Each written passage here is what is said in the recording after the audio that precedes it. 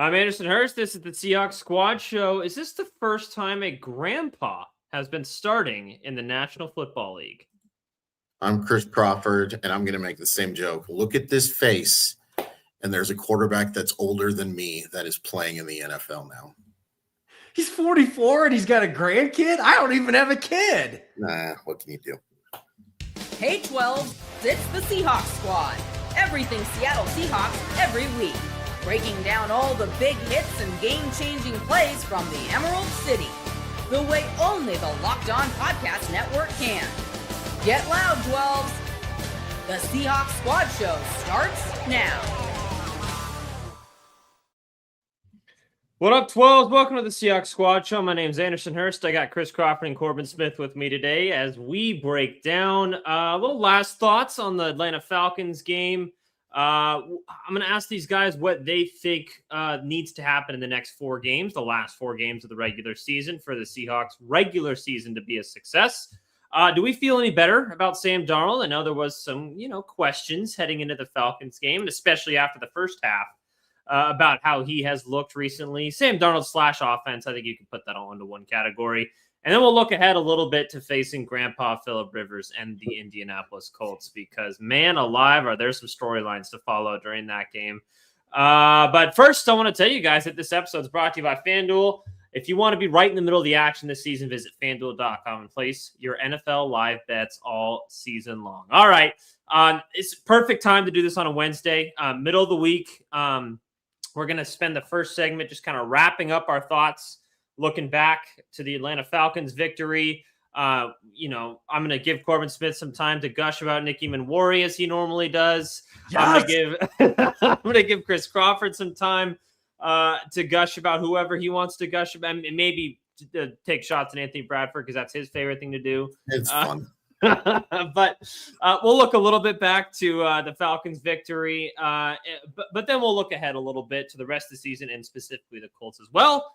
But first, Chris Crawford, after you've had some time to digest the game on Sunday against the Colts, 37-9, I believe it was. Yep. That's 10-3 on the season. Seahawks have the same, already matched their victory total from last season with 4 games remaining.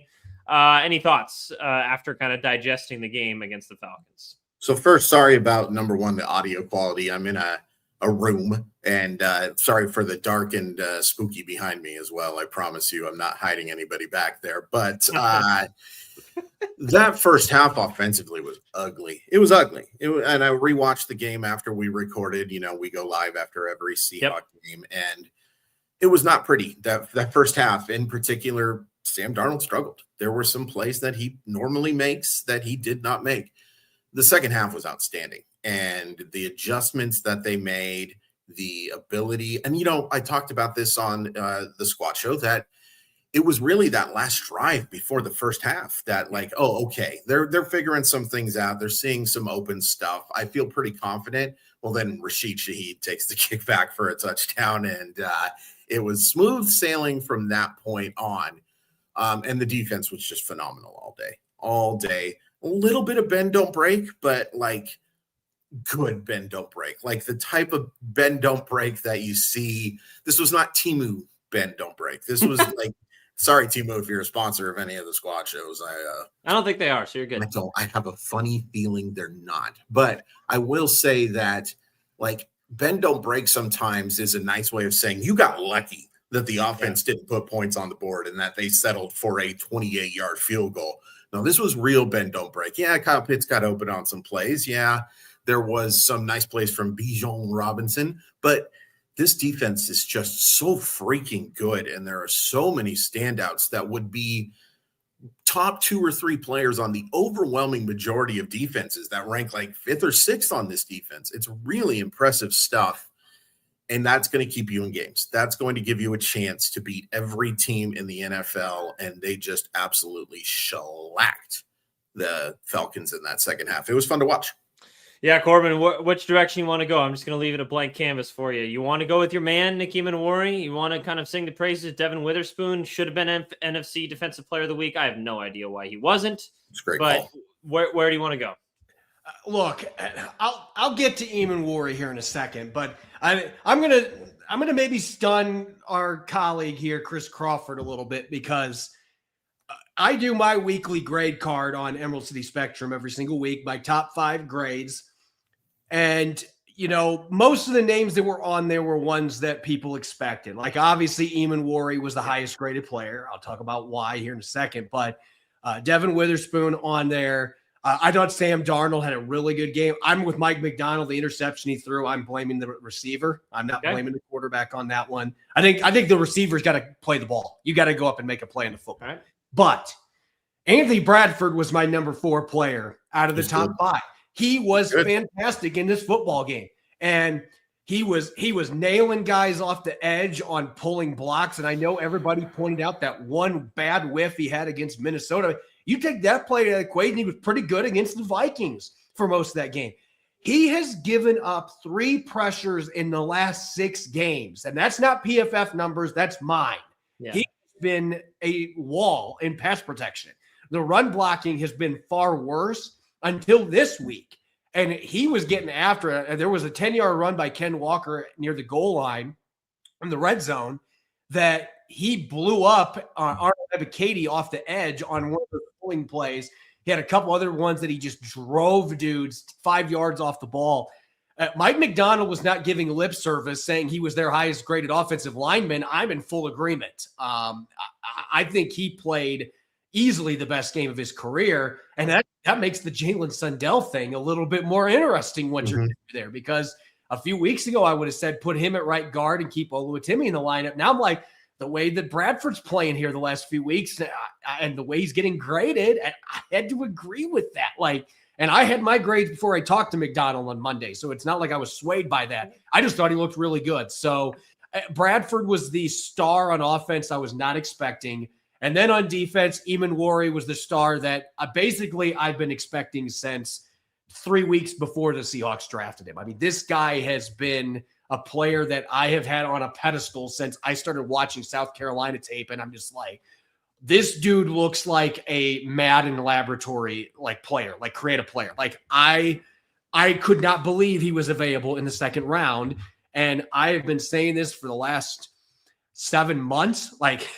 The teams that let him fall to Seattle at the beginning of the second round to be able to trade up, they are going to be regretting this for the next 12 to 14 years. They are going to be regretting allowing John Schneider and Mike McDonald to get this kid, because if Zabel wouldn't have been on the board, Eamon Warry was their pick, and they got both of them.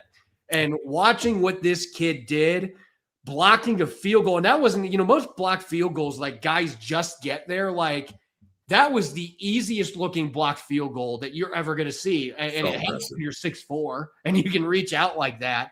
Got a great jump, had a sack, had his interception, which it was tipped. And a lot of times receivers have a hard time catching tip passes, let alone DBs. Bounced off his chest and shows the concentration to reel it in and get his first pick. And had a tackle for loss that he upended Bijan Robinson 2 yards in the backfield. He was doing everything in this game. And look, I've called him the Nick Tater and a couple other different names, but he truly, if there was an Arnold Schwarzenegger Terminator equivalent in the NFL, all I'm waiting for him is make a tackle and go, hasta la vista, baby. He is the equivalent of that in an NFL uniform. Gosh. Real quick on the Eamon Warry thing, and I agree with all of that. One of my favorite things about this game was there were a couple times where he got beating coverage, but it didn't affect him at all. It didn't stop him from saying, you know what? Kyle Pitts, talented player, shouldn't have been the 4th overall pick, but a talented player who is going to beat a lot of people, but it didn't affect him at all. He still was able to make massive plays in this football game, and the ability to it's 2 things. Number one, I think people I've talked to have mentioned this, and Corbin, you could speak on it probably better than anybody. The ability for them to pick up their teammates in this locker room, I've heard, is just insane. Insane. The positivity, the vibes, they don't let anybody get down on anybody here. I think that really helps. And, that only goes so far. The player has to still respond. The player has to take a look and say, okay, I got beaten coverage. I can still make a play. I can still affect this football game in a positive manner. his ability to do that, even while having some not so greats, is phenomenal. He is a star. Anders, you know it. I said they had to get one of two. They had to get one of Zabel and Eamon. They got both. And it's going to be, I mean, this is just a special draft class, man. A special draft class full. And you add that on top of all the veteran talent they have. And that's what's so exciting. It's the sustainability of this. It looks awfully promising. It's a couple special draft classes in a row, especially when you look at how JSN's just exploding. Byron Murphy's turning into. He's had 4 straight draft classes, guys, that were at least B pluses, in my opinion. Absolutely. I wrote the article in Emerald City Spectrum today. Like, I don't think there should be a debate. Like, John Schneider should have been executive of the year at some point earlier. Sure. But if he doesn't get it this year, then there is something terribly wrong. Like, that man is on an absolute heater right now. Yeah. Like, free agent signings, draft picks, trades, undrafted dudes. Like Mike McDonald, I asked him about the undrafted players, and immediately first thing is like, hey, it's the personnel department. Like, John Schneider's the one that's claiming Drake Thomas, and he's claiming Josh Jobe, and then letting his coaching staff coach those guys. But like, he's absolutely at the peak of his game right now. And it just makes Jody Allen's trust in him and moving on from Pete Carroll like that now. Like, you got to give Jody Allen a lot of credit for that. 100%. 100%. Yeah. And not just the guys that he's bringing in, but the guys that he's like getting rid of. It's the perfect timing. Look what's happened to DK Metcalf in Pittsburgh.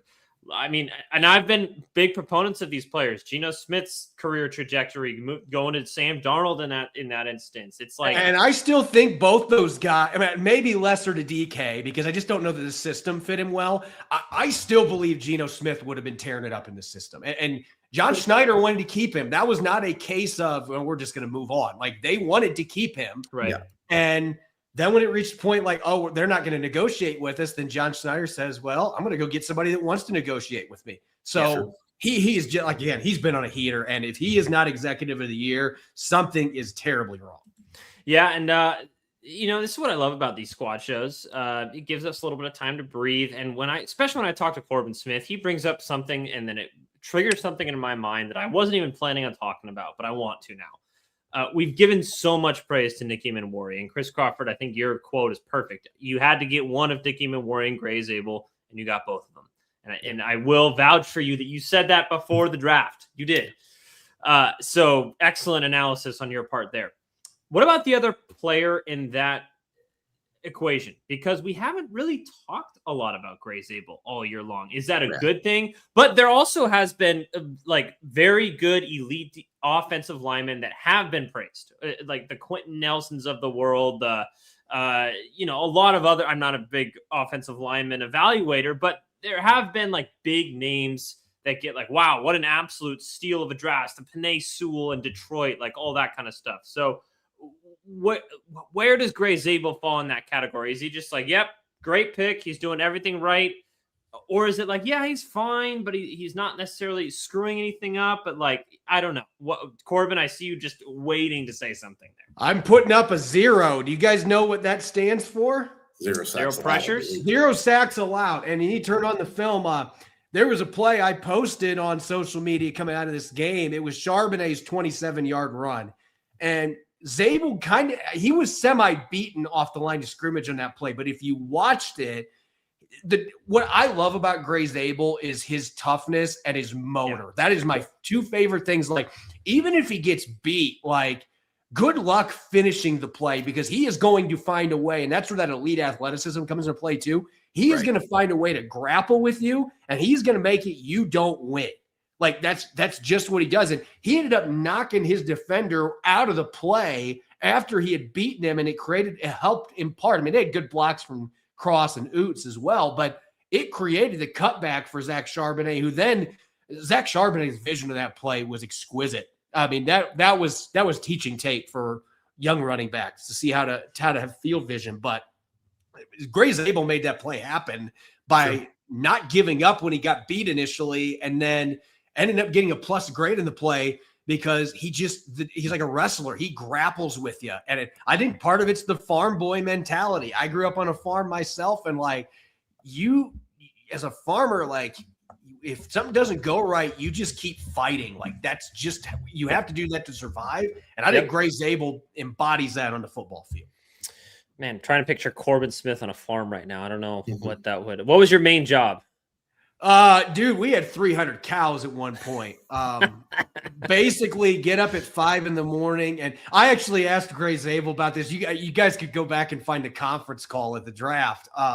When they drafted him, I asked him if he had any like unique training methods because I used to push 1,000-pound hay bales up hills as blocking sleds. That was one of my training techniques. So I asked him if he had anything like that. He kind of was like, no, not really. But a lot of the kids that I grew up with, like that were on farms, like it's a different lifestyle. Let's just put it that way. What was Walter Jones' really famous? He used to push Escalades. Yeah. That's right. Yeah, that's right. I've talked to Walt about that a few times. Yeah, that's one of my favorite training methods because it's unconventional. It's like Rocky IV. Yeah. Well, and it was necessary kind of too, because he held out like for every year, 19 straight seasons, give or take. So, but he never ever came out in shape because he was pushing Escalades and then he was dragging, like you would see these just massive, I don't even know what they call them, but dragging these things. He is the most unique athlete and, in my opinion, the greatest Seattle Seahawk of all time. But I think the thing with Gray Zabel for me has been, so I do agree with Corbin 100,000% that Anthony Bradford played one of his best games against the Falcons. But one of the reasons why sometimes Anthony Bradford doesn't get pressures is teams have figured out that you really don't have to rush against him. He's going to screw it up some other way. So they leave the space and something happens. Oh, teams don't do that against Gray Zabel. No, sir. Heck no at all. They do not. And he's handled so much so well. And I'm a PFF fan. I think they do excellent work. I think if you're taking a look at the Gray Zabel PFF grades, you are doing yourself a disservice because it doesn't even begin to tell you how good this kid has played as a rookie. And it's a joke. That's one of the ones that's out. And Nick Emanwari getting a 53. Yeah, that was nonsense. That's nonsense. Like I mean, Emanwari should have got a 90. Like, I don't care if he – and one of the big plays he gave up wasn't even his fault. The corner didn't pick it up. So, but – that's where the issue lies, not knowing schematics and stuff like that. Yes, right. Context. Yeah. And that is more of a compliment to how difficult it is to grade than an insult to PFF. Let me keep that. They're advanced. Like, I don't know where I'd be without their advanced data. And most of the time I agree with their pressure numbers. Sure. I very rarely have disagreements on that. Yeah. The grade stuff is just very, it's very auxiliary, I think. It's about what you do with that data, right? Sure. It's like they do an excellent job of gathering the data, but then it's a little questionable about how it's applied, especially considering the different, like you said, the schemes that they're put in and what they're asked to do and everything. Yeah, it still has a ton of value. I just anytime somebody brings, like, they were bringing up PFF grades with Anthony Bradford, and ironically, he's gotten an 80 or better in pass pro 3 of the last 4 games, which I would agree with those. Like, like I said, the dude has been I know there's times they're not rushing him, but like when they are, he is not giving up pressures. And that's a credit to him. Mike McDonald's not going to BS stuff like that. Like that's just not his style. So absolutely not. Final point on the Gray Zabel. Sorry, go ahead, Chris. Go ahead. Please, no, you go ahead. I was just going to ask you guys, final point on the Gray Zabel thing. It just seems like, to me, a novice offensive line evaluator. If you're not a good offensive lineman, you're noticed in a bad way. If you're a good offensive lineman, you're not noticed at all. If you're an elite offensive lineman, you are noticed by how much you dominate the line of scrimmage. That's a good point. I like that. So maybe it's just a lack of conversation around Gray Zabel. Is he getting to that point of an elite offensive lineman? Should he be in those conversations? Yeah, I don't know. Yes, says Corbin. Yeah. I think. Look, it's close. Gosh, why am I spacing on God, it's good. Brian Baldinger. Look, Brian Baldinger, he doesn't post stuff on offensive linemen unless they are technicians and they are getting the job done.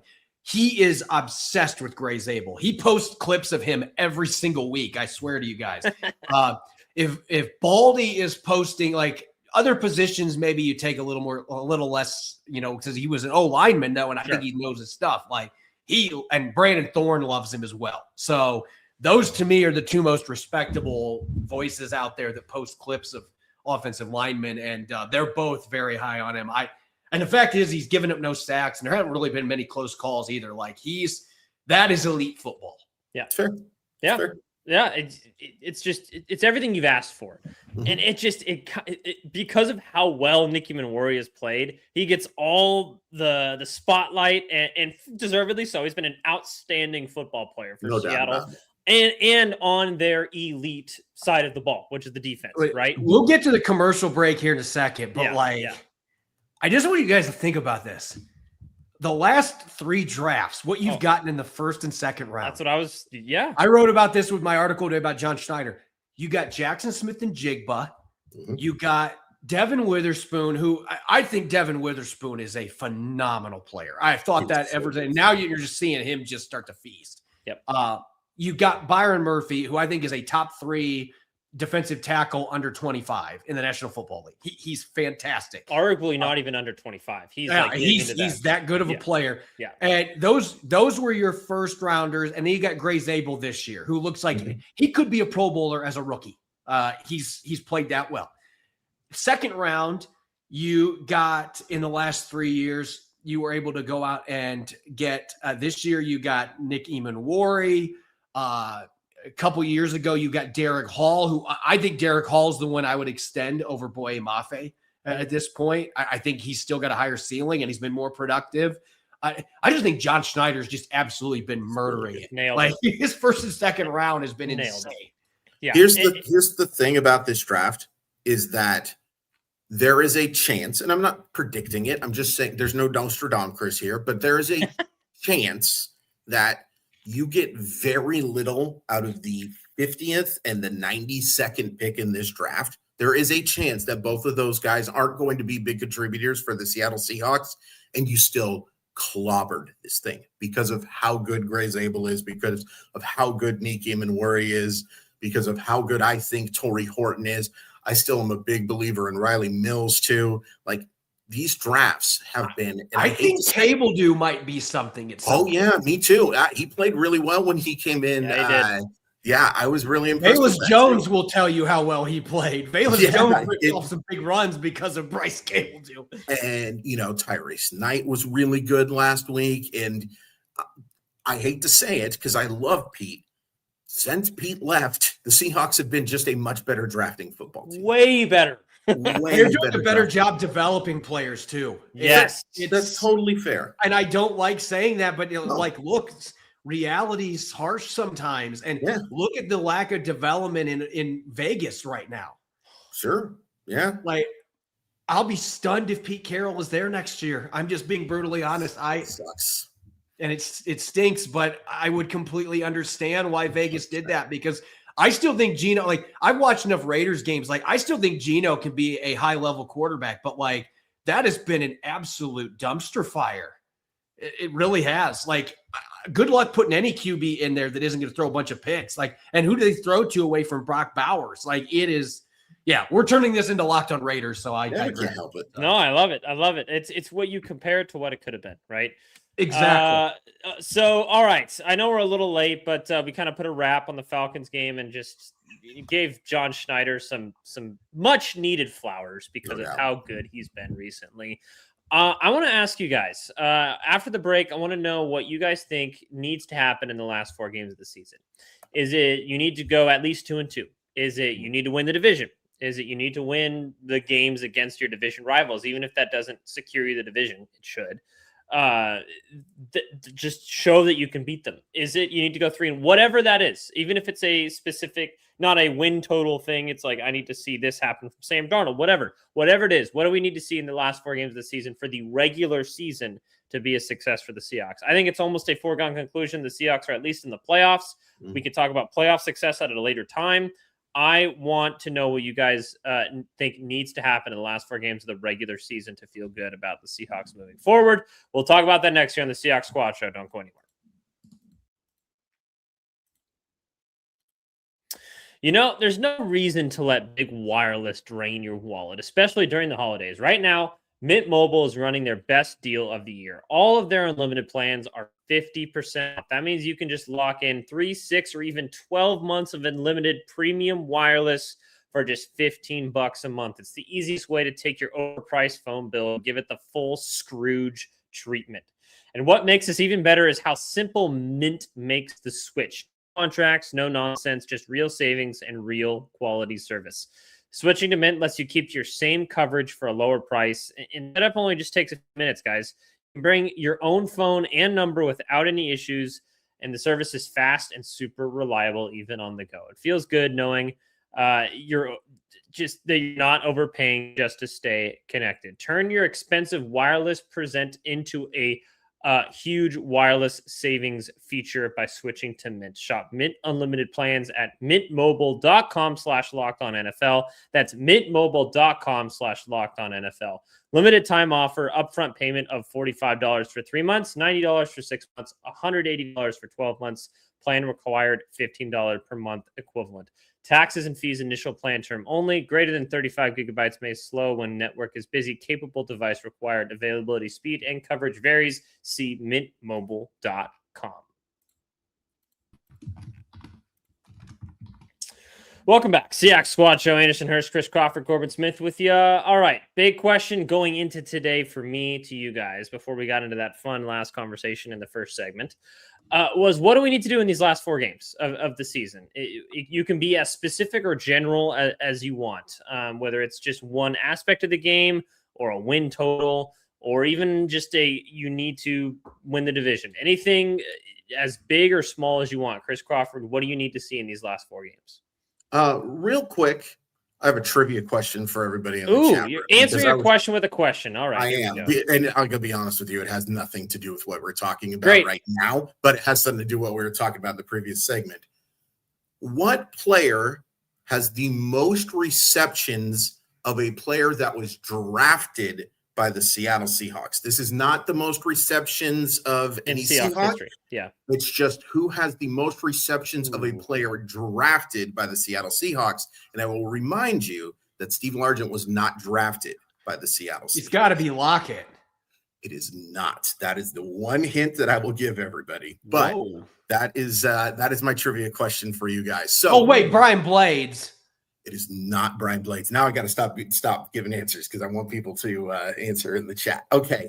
I hate to do this. You know how my answer is? It depends on what the Rams do. Come on, Chris. Here, I think they're probably going to have to go 3-1, and I think they obviously have to beat the Rams in those games. But 3-1, I think with a win against the Rams, here's Nostradamus Chris right now. I think the Lions beat the Rams. I think that the Lions get that win. They are going to be desperate for a dub. It's the NFC playoff picture right now is so crowded with good teams right now. The Lions basically have to win that game. So I think as long as the Seahawks take care of business against the Rams, but most importantly, look good. Look good against good football teams, man. Make me feel confident. And look, Nostradamus Chris was absolutely wrong. He was very, very much worried about what the Seahawks were going to do on the road, just because it's so hard to be elite on the road 2 years in a row. This is beyond elite, guys. This is like special stuff that we're seeing. The sample size is large enough that this is what it is. It is what it is. The Seattle Seahawks are an elite football team on the road. So home field advantage, I want it. I would love for every game to be played at Lumen Field, but it may not mean as much as we think because of how freaking good and how good they are at preparing for this stuff. It's really just looking good against good teams. And we'll talk about it. Even with the Colts situation that Abraham J. Simpson is going to play quarterback for him this week, it's still a good football team. There are talented football players on this team. I want to look good against them. I want to look good against the 49ers. I want to look much better than I know it was a 2-point game, better than they looked against the Rams. And then that Panthers game is sneaky tough, guys. That's a sneaky tough football game. I want to look good, but ultimately, what do I think they need to win the division is go 3-1.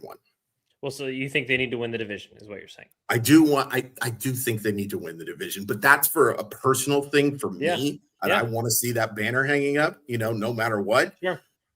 I don't think that winning the division necessitates having to win or necessitates them. They can win the Super Bowl without winning the division. Okay. It just seems like the gimmies are done because they've had a lot of them recently. Let's be completely honest. They've taken advantage of a pretty soft schedule, at least for a large portion of the season.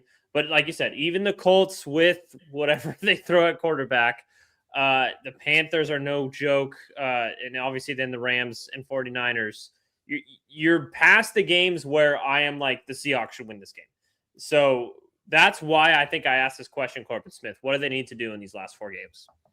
I think they need to go 4-0 if they want to win the NFC West. Wow. Like I think the Rams, we've talked about this. I think the Rams have the weakest schedule of the 5 or 6 teams that could still be in the hunt for the number 1 seed. I think they have the weakest schedule of any of the teams. I mean, they finished with the Cardinals at the end of the season. And, we know Arizona has pulled off some crazy things at the end of the season, but like this year feels different. Like that feels like a completely rudderless ship at this point. Like they need to just blow everything up. And I just can't see them beating the Rams in week 18. So like if Seattle wants to win this division, go 4-0, and you do that, you get the number 1 seed. And I don't care how good they have been on the road. Like you guys remember what it was like when this team had the number 1 seed back-to-back years, and they made the Super Bowl both years. They have never been to the Super Bowl when they haven't been the number 1 seed. Yeah, they've had to have home field advantage. Now, could this be the team that bucks that trend? Maybe, but like I think if John Schneider really wants what he has accomplished to be noticed, like to the point he's going to get executive of the year, I don't think he should have to do this, but like they haven't won the division since 2020. They have not had the number 1 seed since 2014, the last year they made the Super Bowl. Like if you want people to really notice outside of Seattle what you're doing, go get that number 1 seed. Go win the NFC West. And so I think you gotta run the dang table here. I think you need to win all 4 games. You should be able to beat the Indianapolis Colts. I think you should be able to beat the Carolina Panthers. I think you should be able to beat the San Francisco 49ers without Nick Bosa and some of the players they're missing. The Rams game is the equalizer there. But none of those games are easy. No. But if you want to be a Super Bowl contender, you better go win all of them. That's the way I view it. Yeah, it's funny now that you mentioned that. You said they've never gone to the Super Bowl when they weren't a number 1 seed. Have they ever been a number 1 seed and not gone to the Super Bowl? No. It's literally, it has been synonymous. If they're the number 1 seed, they're going to the Super Bowl. They're going to the Super Bowl. That doesn't mean there haven't been close calls. We know the Green Bay game and the Sherman tip and stuff like that. They've had to fight, but like this also speaks to them when the AFC days were not the best for the Seattle Seahawks as well. They weren't there were some good football teams that played. They got to the AFC Championship game 1 year and got absolutely shellacked by the Raiders in that game. But yeah, I mean, this place can absolutely rock with the absolute best of them. So yeah, it is a big deal. And I want to see it. I want to see Seattle get to enjoy it. Yeah. But I am so confident based on what I've seen, they could beat anybody. And here's the other thing. The Rams are a really good football team. That's not a home field advantage for them. It's not. It's not the rocking crowd of Inglewood. I'm sorry, Rob Lowe wearing your NFL hat is not going to be the difference in jumping. Whose house? There were a lot of Seahawk fans in that first game. I honestly forgot. And you know what? Shout out to all the 12s that were in Atlanta. You couldn't tell that was, if you didn't see a empty Chick-fil-A showing up somewhere, you did not know that was not the Seahawks home stadium, man. Like, they were loud in that game, and I was really impressed. Like, the 12s, the 12 at 12 thing is such absolute bullcrap. 12 since 12, yeah. 12 since 12 is absolute bullcrap, man. This is a awesome fan base, and they have showed up like crazy. Yeah, it's fun to. I think my answer kind of lies somewhere along the same realm as you guys. Do whatever it takes to win the division. I don't even care if you win the division and get the number 2 seed. Maybe you get just a crazy Green Bay run at the end and you go 3-1 and find a way to somehow don't not get the number 1 seed. I have a feeling if you win the division, you'll get the number 1 team seed. that I think can go to Lambeau and Yeah. So, but just win the division. I think I said the same thing during the Mariners season when it was kind of getting towards the end. Like, oh, what do they need to do? And they go to the playoffs. Win the damn division. Like, I don't care.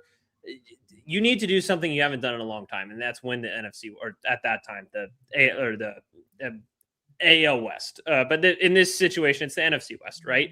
So do something that you haven't done in the regular season in a long time, and that's win the division. So that'll tell me that, all right, this Seahawks team is for real. And then you go do what you want to do in the playoffs. You'll at least have one home game. Can Nostradamus Chris give you a couple things? Okay. Here's my prediction. Because the Seahawks are going to beat the Rams on Thursday night, and because I do think the Lions are going to beat the Rams, the Seahawks are going to clinch home field advantage, and Week 18 isn't going to mean anything. They are going to have home field advantage before that game. They're going to have a Rams of last year. They are going to have a Rams. I actually have an article in the hopper that I said that is what I see playing out myself. That's beautiful. That's beautiful. And I have both Nostradamus Chris and Emerald City Spectrum Corbin saying the same thing. Let's go. That's beautiful. And the second thing is, since a bunch of people were guessing, the answer to my trivia question. Wait, can I guess? Yeah, please. Bobby Ingram. Bobby Ingram was drafted by the Chicago Bears, but that is a very good guess. I'll go in reverse order here. Fifth is John L. Williams with 546 receptions. Brian Blades with 581 in fourth. Tyler Lockett, this is where it gets really close, 687 catches. Number 2 is Golden Tate with 695. And I don't know why I find this so funny, just because I always think about how he was good with the Seahawks. Okay, so we're going with career reception. Okay, I would have said, I thought you meant like in a Seahawks uniform. Yeah, sorry. So that's one of the reasons why I find this so surprising. It's Golden Tate number 2. Joey Galloway is number 1 with 701 receptions. He went off when he was in Tampa. Yeah. Well, and he had some good years with the Seahawks, but that's still one of the greatest trades of all time, is to get 2 first-round picks for a wide receiver like Joey Galloway. Both Hall of Famers. Sean Alexander should be in Canton. Yes, absolutely. Yeah, absolutely should. Yes. And there's a certain lineman that I think a lot of people like a lot that they got with that draft pick as well. So, I just thought that was fascinating that of all the guys the Seahawks have drafted, and they've got some good ones there. And the reason I was looking at that, by the way, is JSN is already, I believe, in the top 12. This is what I'm looking at. I'm not going to count all the way there. He's going to pass Chris Year Warren 3. What? And Christian Fourier this year, probably. So that is some elite company that Mr. JSN is already joining. That's wild. That's wild. All right. Love to hear it. Love the trivia, Chris. Bring that every episode. Let's go. I love that. All right. So, we all are in agreement. Win the division. It kind of different varying levels of what needs to happen in order for that to happen. But I think we all agree that is a huge point for the Seahawks in this season. I want to ask you guys, do you feel better right now about Sam Darnold than you did before the Atlanta game? We'll talk about that next here on the Seahawks Squad Show. Don't go anywhere.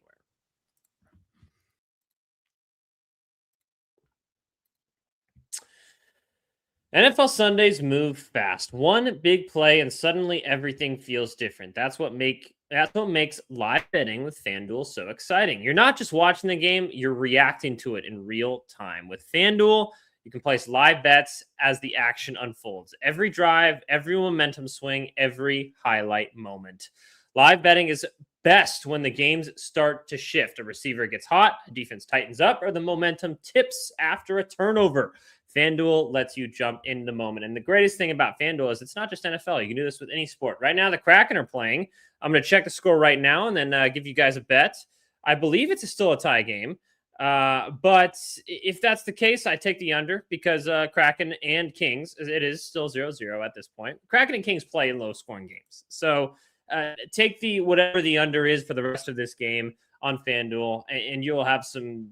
You'll thank me later on the live betting part of it. Live spreads and money lines adjust instantly. Player props updates as guys heat up, and you can bet next touchdown scores, drive results, totals, and more. It keeps you locked into every snap, every drive, every possibility. So if you want to be right in the middle of the action this season, visit FanDuel.com and place your NFL live bets or any other sport live bets all season long. FanDuel, the game moves fast, and so can you. Welcome back. Seahawks Squad Show. Anderson Hurst, Chris Crawford, Corbin Smith with you. All right. So there were a lot of questions about Sam Darnold, given his previous couple games, kind of starting with the Rams game and his struggles there. Titans game was a decent kind of bounce back, but then the Vikings game wasn't great, considering they only scored, I think, one offensive touchdown, I want to say. So there wasn't really much to make you feeling that much better. And especially after that first half in Atlanta, man, it was a tough watch for Sam Darnold, but boy, did he kind of exercise those demons in the second half. How much better are you feeling about Sam Darnold right now than you were going into the Atlanta game? Chris Crawford. So much better. And it's the adjustment that he made in the second half against Atlanta, right? Like, the worry that everybody has with Darnold, and I was almost called him Sam Bradford again, is that, like, what happens when he's not at his best? What happens when pressure is getting to him? How does that footwork change, right? Well, for the first half, and I agree with you guys that the interception, Elijah Arroyo has to make a better play. It wasn't a good decision. He had an open guy for the first down. Keep that drive going, man, or run. Just go. And that is another thing that I really liked seeing against Atlanta, was that he showed off his underrated athleticism. I liked that he was willing to get out and was quick making that decision. Like, it wasn't I'm waiting for something to open up and now I got to run. It was like, nope, it's not here. I'm going to go. I'm going to go off and I'm going to get those 8 to 10 yards. I loved seeing that from him. This was his best mental game, I think. The fact that he bounced back from that first half. And by the way, I'm going to give you another trivia question because since we're talking about quarterbacks, love it. I think it's pretty obvious who has the most passing yards of any Seahawk quarterback that's been drafted. I'll be really impressed if anyone could tell me who number 2 is. Really impressed if anyone knows who is second in all-time passing yards for their career of a player drafted by the Seattle Seahawks. Okay. Seneca Wallace. I will give you a hint. He's third. Oh, wow. Wow. It's not good, guys. It's not good. Seahawks don't love drafting quarterbacks. Wow. So it might actually be Rick Meyer. Yeah, it's Rick Meyer, guys. It is Rick freaking Meyer is second. He had a good rookie year. Like, he did look solid in his rookie year. And as a Notre Dame guy, I rooted hard for him. And boy, oh boy, did he. By the way, for those who don't know, Rick Meyer is the reason why the Seattle Seahawks get Walter Jones and Sean Springs in that draft, which is a pretty decent little pickup as well. So, but yeah, Rick Meyer is second among all Seahawks drafted quarterbacks. That is pretty crazy. That's pretty wild. So, Corbin, do you think Sam Darnold's closer to Rick Meyer or number 1 on that list? In terms of there you go. Well, if we would have had this question like 4 years ago, it would have been a different answer for me. But with what we've seen Darnold do these last few years, and I think if you guys can recall a couple weeks ago, I said I really wasn't worried about Sam Darnold. I knew you weren't. That Rams game. And I felt like Clint Kubiak didn't necessarily give him the resources in that Rams to be able to succeed. I think what I was most impressed by, there's a couple things. One, I love that Chris pointed out the running thing because I wrote a long article about scrambling Sam this week. And look, that is the most underrated talent that he has. And he was a 4.8 guy coming out. He's not a speedster necessarily, but he catches you off guard, and he is spry for a guy that didn't run super fast in the 40. And what I loved in the second half, there were a couple times that in recent games, I think he would have tried to zip it into tight coverage and put the ball in harm's way, and you get those tips that get picked. Instead, he said, you know what? I'm going to take the 8 yards, and then I'm going to slide, and I'm going to look like I should be playing for the Mariners. Like, that slide was phenomenal. Yep. As good as you're going to. A lot of these dudes don't look like they've ever been taught how to slide. You can tell Sam Darnold has. but his ability to move the pocket, and I thought Clint Kubiak did a great job. Really, the last drive of the first half is when he started doing it, but he started to move that launching point for Sam Darnold, and it got him in a rhythm. I think he's got some Russell Wilson in him where he has to run around a little bit to get the blood flowing. And saw it in the game that the Vikings won last year in Seattle. That throw he made to win the game, rolling out to his right, that was just a ridiculous throw in the rain to Justin Jefferson. Like, they had him running around all game, and he got better the more they did that. So I think Clint Kubiak's got to lean into that a little bit more, and I think Sam Darnold does. Like, I'm not looking for him to be like Michael Vick or something, but like bootlegs. Let him use his legs and let's go. Let him. I just feel like the gunslinger. It dies down just enough that he's not forcing the issue too much, but he still is aggressive and he stretches the defense out. And the dude is the best passer throwing to his right, out to his right, across his body. He is the best passer in the NFL at making those throws. So I'm playing into that. And I think Clint Kubiak, the way the run game has been recently, it has been more effective. It's been more efficient. You mix in those bootlegs, you get some sprint action, you move the pocket, and Sam Darnold's got to be able to get out of the pocket sometimes and let his athleticism. He had a great throw to Cody White that I think kind of got him going in that game too. So I think you got to look at a QB, but you also got to look at Kubiak.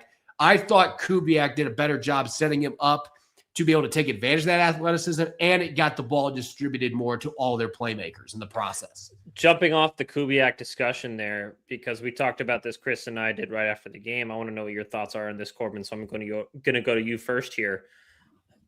Is the uptick in involvement for Rashid Shaheed in the offense to stay? Yes. Okay. I have been calling for weeks. I think you guys knew this. It was going to happen at some point. They were so close to hitting on that long touchdown in the Rams game. And Darnold, I didn't think it was a bad underthrow, but it was just slightly underthrown. And it allowed Emmanuel Forbes to make, and Forbes made a great play. Give him credit. But if Darnold had just a little more air, I think he was still getting used to the speed. He hadn't worked with Shaheed very much. He's starting to get dialed in with that, and they're figuring out ways to get involved in short yardage because he is so electric after the catch, too. And so he's a different skill set than what Torrey Horton is when Torrey Horton comes back. And I think you're just now starting to see that chemistry tick. Kubiak knows how to use him, but he had to have his quarterback in line with. That is only going to make Sam Darnold that much better when he now has that confidence building with Rashid Shaheed. And he's a great guy to have in your offense with the run game stuff too. That is just, it is all going to get much more dangerous, I think, here these last 4 weeks. Yeah, because he was a very good number 2 receiver. Rashid Shaheed was for the previous stop in New Orleans and all of last year as well. So really, the last 3 or 4 games that he played for Kubiak last year before he got hurt, you can make an argument that he was their number 1. Yeah, he became Derek Carr's favorite target. Yeah, over Chris Olave even. The dude is uber talented, and what you saw in the kick return, there's very few guys in the league that can do that. Plain and simple, he is electric. That's why when they gave up a 4th and 5th, I'm like, dude, I'm signing off in that trade every day of the week. And if there's an 8th day added to the calendar, I'm signing off. I love the kid. And now you're starting to, there's just been so many close calls. You're like, when this starts breaking, it's going to break. Yep. All right. Let's look ahead to the Colts here in the next segment of the Seahawks Squad Show. Grandpa Phillip Rivers starting. I know Turbo is a big fan of Riley Leonard. He said he was kind of the guy moving forward there. But as of now, is Phillip Rivers almost... We've had the same conversations when it was J.J. McCarthy going out and Max Brosmer coming in. It was like, oh, is this almost a scarier proposition for Seattle? Did not end up being the case. But is this the manifestation of that with Phillip Rivers, a guy who's done it in the NFL for a long time? Maybe we feel like this gives the Colts a slightly better chance to win and maybe have some success against the Seahawks defense. I want to know what my experts say here next on the Seahawks Squad Show. Welcome back, Seahawks Squad Show, as we look ahead to the game against the Colts in Week 15 of the NFL season. Anderson Hurst, Chris Crawford, Corbin Smith with you guys today. So it looks like Phillip Rivers is going to be starting. We don't know for sure yet. They haven't announced it officially. But with Riley Leonard banged up and all the story behind Phillip Rivers getting signed, coming out of retirement from 5 years ago? It's crazy, man. But if he ends up starting, I'll just put the caveat out there. If he ends up starting at this point, no one knows if that's actually going to happen. But Chris, does Phillip Rivers actually give the Colts a better chance to win than someone like Riley Leonard?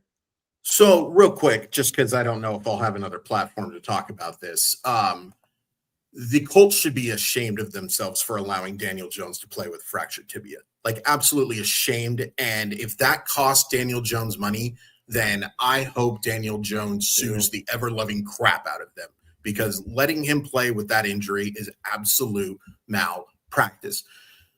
I don't know. I mean, it's so hard because Phillip Rivers has not played in the NFL. I mean, the guy literally just made the semifinal list for the Hall of Fame. And for those who don't know, you have to be out of football for a while in order to make that list, right? Yeah.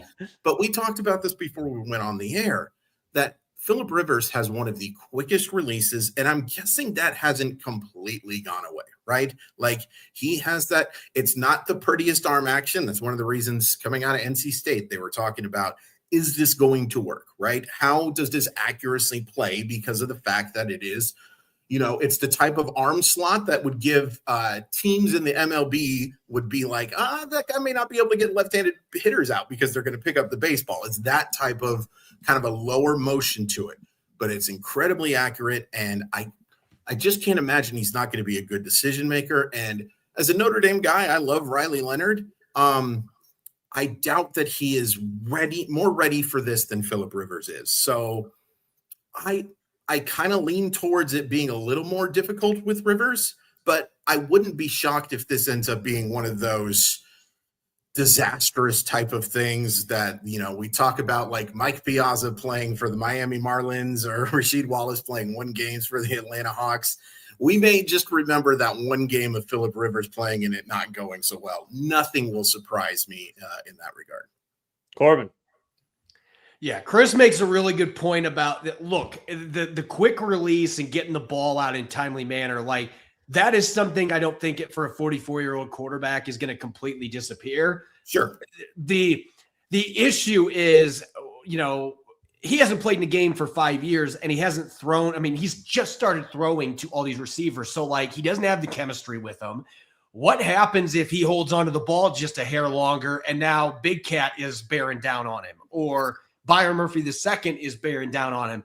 Like, whoever the ambulance driver is, like, you better be paying close attention. And I'm not saying that I want that to happen. I'm just telling you that that's the kind of situation that the Colts are putting themselves in, and Phillip Rivers is signing himself up for, because he's been on the sidelines and he's been coaching for the last 5 years. Like, the guy has not been practicing. He hasn't. I don't care if he's been throwing the ball to his high school kids. Like, that ain't the NFL. You don't have 300-pound freaks like Leonard Williams coming after you. You don't have Nick Emanwari blitzing off the edge, getting ready to come after you. And he wasn't known for mobility when he was in his prime. Like, if he was a statue then, I don't even know what he is now. Like, the cement is 15 feet deep into the ground at this point. Like, the Colts are going to have to completely change their playbook too, because they've been running an RPO heavy offense, a lot of under center stuff with stretch run concepts. Phillip Rivers ain't going to be able to get out there to carry out play fakes and stuff off that. Like, they're going to have to reinvent the wheel with their scheme and stuff and do it in 5 days. Like, maybe he goes out, and I agree with Mike McDonald in the sense, if there's a guy that can pull this off, it is Phillip Rivers, and he is the ultimate competitor. Sure. He's got moxie. He's got charisma. Dudes will play hard around him. I don't know if that's enough to save him in this matchup, though. Yeah, go ahead, Chris. I was just going to say 2 things. Number one, man, I think someone in the chat even brought it up. Like, I would be jamming receivers left and right, like just getting on top of those, because that's the one thing I'd be worried about here is that, like some quick stuff. And, Corbin brought this up before we went on air too, like tackling would become exceptionally important, right? And the one thing I think you want to avoid, Phillip Rivers, you take a look at him and he doesn't look like the swaggiest guy in the world, but that guy's got some swag to him. And that guy is a trash talker. Oh yeah. Oh my gosh. If you guys go watch highlights of Phillip Rivers, like talking to officials and other players, it's linemen, amazing. yeah. It's amazing. He trash talks with the abs. He's got a little bit of Larry Bird to him. And yes, there is a reason I made that comparison, but that is what it is, right? Like, that's my one thing. So I would be with Witherspoon and Job and with Woolen, just jamming the crap out of those guys and saying, beat me, diagnose and go over the top of us and see what happens, right? The other thing here is I was just curious. So do you guys remember, I believe it was 2020. I'm pretty sure it was the COVID-19 year. Remember when Kendall Hilton played quarterback for the Denver Broncos? Yeah. Yeah. I was just looking. Okay. So the box score finally loaded. He went 1 for 9 for 13 yards and 2 interceptions. I was curious, who would the Seahawks, I hope we never would have had to see this, but like, I wonder who the Seahawks ultimate emergency quarterback would be on the roster right now. Like, who would be that Kendall They have Hilton 3 guy? of them. Yeah, but you know what? The Broncos had 4 quarterbacks all go down with COVID-19 stuff and with injury as well. So that's the reason why they had to go to I'm just curious, like, who that guy would be. Part of me thinks it would be fun if it was like Leonard Williams or someone like that. But I am curious who that guy would be for the Seattle Seahawks. Probably AJ Barner, right? He played some QB in high school, so that might be. Just run the barnyard every down. Yeah. That'd be pretty fun. Cooper Kupp, but we saw what happened the last time he threw a football. Nope. No thanks. No thanks. Yeah. He had JSN wide open. He just overthrew him. JSN, I mean, unless you're running boot, I mean, he's a lefty. You're going to have to run like a Michael Vick type offense. The other guy that I have watched, I don't know if he's ever played QB, but Derek Young has a beautiful foot. He throws the ball like a monster. And he was a running back in college, so you could at least run Wildcat stuff with him. All right. So this is a conversation I hope we never have to really have. Sure. No, it's just I can't help it. Like I think about Chris is just going down the rabbit hole of I can't help it. Like by the way, I was going to ask you guys to name who the 18th all-time leader in Seahawks drafted running backs rushing yards is, but it's probably a pretty good, easy answer considering what our show is, who that would be. Robert Turbin. It is Robert Turbin. Good for him. Good for him. Yeah, man, that's pretty good. That is pretty top 20. Let's go. Yeah. Now back to the Phillip Rivers conversation. I did see a story come out that was like, yeah, I was coaching this same scheme in high school, so understanding the playbook is not going to be any issue whatsoever.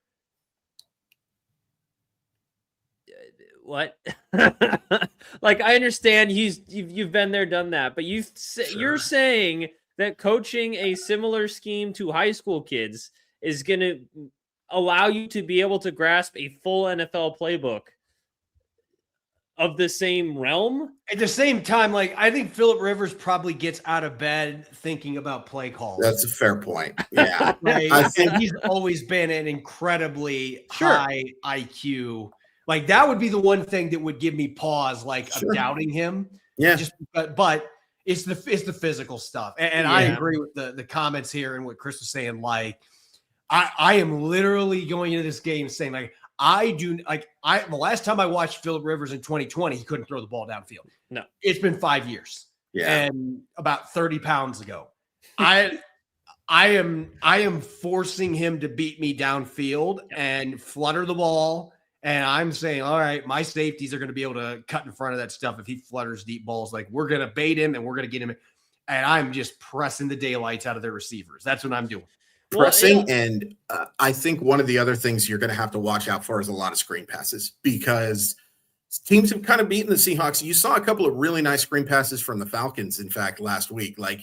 And Jonathan Taylor is that type of guy that, it's like, okay, let's figure out. And we saw Witherspoon absolutely obliterate one and pick it up. Yes, he sure did. Oh my gosh. You cannot say enough good things about how good Devin Witherspoon was last week. He's just absolutely phenomenal. But like, that would be the other thing to keep an eye on, is just like making sure those linebackers are staying at home and ready for those screen passes, because they're going to have to do some gadgety stuff. They're going to have to, and screen pass gadget, maybe not exactly the right term for it, but that's the type of thing you got to look out for, like swing passes, screen passes, stuff like that, just finding ways to get Jonathan Taylor the ball. By the way, just real quick on that thing I was talking about, Noah Fant is the only person who caught a pass from the Denver Broncos wide receiver that day. And false. I do not miss him at all. Noah Fant. All right, Chris. Man, I love the football reference rabbit hole you're going down right now. But it is worth pointing out as we're kind of wrapping up this conversation on the Colts. And I was like, it seems like the Seahawks have faced a lot of backup quarterbacks recently. In the last 5 weeks, they've faced either a rookie or a backup for the last 5 weeks. Yeah. So, I mean, it just. Yeah, but the one that wasn't was Matthew Stafford. Yeah. Look like he was an amateur. That's a great point. Absolutely a great point. The Rams offense did not beat the Seattle Seahawks that day. But they didn't lose it like the Seahawks offense did. No, that's very true. They were gifted incredible field position on a couple of those too. Yeah, absolutely. Yeah. But it's the turnovers. That's what I'm saying. They were gifted that because the Seattle's offense gave it to exactly. them, right? No, 100%. And I'm still going to say Seattle didn't lose that game because of Sam Darnold's picks. They lost it because they went 1 for 4 scoring touchdowns in the red zone. Yeah. They had enough drives that they could have put the ball in the end zone, and and there were some plays mixed in there, and those ones they didn't get where Darnold should have taken off and ran. Yeah. And instead he tried to wait, and then had to throw the ball out of the back of the end zone. So I'm hoping after this last week that he's going to be more willing to do that. Yep. Sure. Yep. I think doing that will go a long way. And Chris talks about ceiling and floor. And back to that feeling better about Sam Darnold conversation, that will change his floor an immense amount, because if he changes his decision-making from, I can fit it in there, I got it, like Elijah Arroyo, great example of that when they went through that pick against the Falcons. I get maybe if that isn't technically Sam Darnold's fault, he doesn't have to try and fit it in there. Just take the 3 yards. That's what Matthew, and I will go to my grave saying that's why Matthew Stafford was that much better in that game than Sam Darnold was. And I know it's not a 1-to-1 comparison of quarterback versus quarterback and everything, right? But they didn't lose the game on the offensive side of the ball. Granted, they didn't have to do as much on the offensive side of the ball as the Seahawks were asked to do. Yeah. But that's one of the big differences in the game. And I agree with you on the red zone too, Corbin. So. All right, let's wrap it up there. I'm really interested to see what they do in these last 4 games. Another backup quarterback today, but then especially in the last 3 or this weekend. And then those last 3 games, Carolina's no joke, guys. So I think that's going to be a good game. And then obviously the Niners and Rams. So need to take care of business. I think the Seahawks have a chance to be a number 1 seed. And as we said, there's not been a season where the Seahawks have been a number 1 seed and haven't made the Super Bowl. And there also hasn't been a season where the Seahawks have made the Super Bowl and haven't been a number 1 seed. So those 2 things are synonymous. Let's go get it done. Does that sound good to you guys? That sounds wonderful. Perfect. All right. We'll have your post game as always. Corbin will have Locked On Seahawks and Emerald City Spectrum content for you, so you will never go thirsting for more Seahawks content, whether you want to read it, whether you want to listen to it, whether you want to watch it. You will always be able to find more stuff, whether it's on Locked On Seahawks, Emerald City Spectrum, however you want to consume it. It's all right there. Appreciate you guys listening to us today. We'll talk to you guys after the game on the Squad Show.